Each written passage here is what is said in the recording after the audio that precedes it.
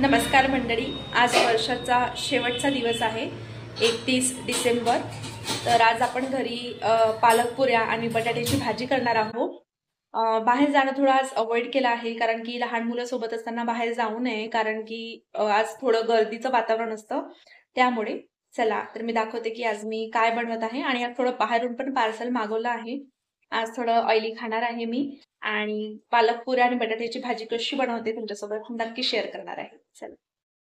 ही एक जुडी पालक भाजी आहे। हिला छान वॉश करून घेतलं आणि देठासकटच हिला छान चिरून घेतलेली आहे आणि आता मी मिक्सरमध्ये छान हिची प्युरी करून घेतली।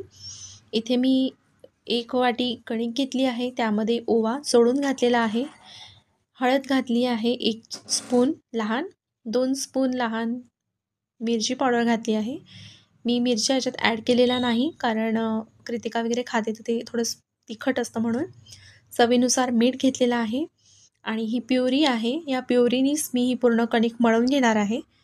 आणि इथे मी छान तीळ घातले आहे, तीळ थोडे जास्त घातलेले आहे, छान पुरीमध्ये वरून दिसताना ते अगदी छान दिसतात म्हणून। आता ही पालक प्युरी घालून छान आपल्याला कणिक मळून घ्यायची आहे आणि बटाट्याची भाजी करून घेते आहे आणि त्याची रेसिपी तुम्हाला दाखवते आहे। यामध्ये ऑइल घेतलेलं आहे आणि जिरं ॲड करून घेतलं, त्यामध्ये मिरची आणि छान उभा चिरलेला कांदा ॲड करून घेतला।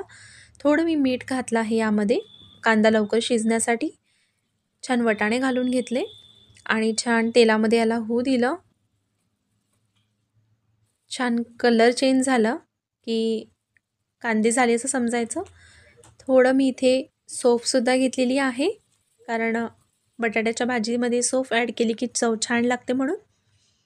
आणि थोडी कोथिंबीर ॲड करून मी याला छान एक वाफ येऊ दिली आहे।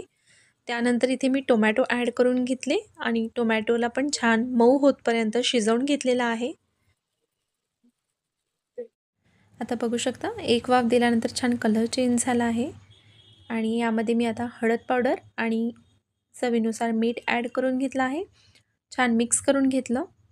आणि यामध्ये मी 4 बटाटे होते, त्यांना पण छान असं बारीक स्मॅश करून ह्याच्यात ॲड करून घेतलेलं आहे। हे बघू शकता, हे बटाटे आहेत, छान याला स्मॅश करून घेतलं आणि यामध्ये छान मिक्स करून घेतलं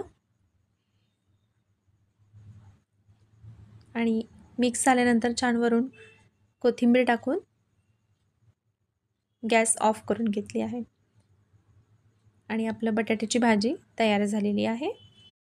आता मी पटकन पुऱ्या पण करून घेते सोबतच।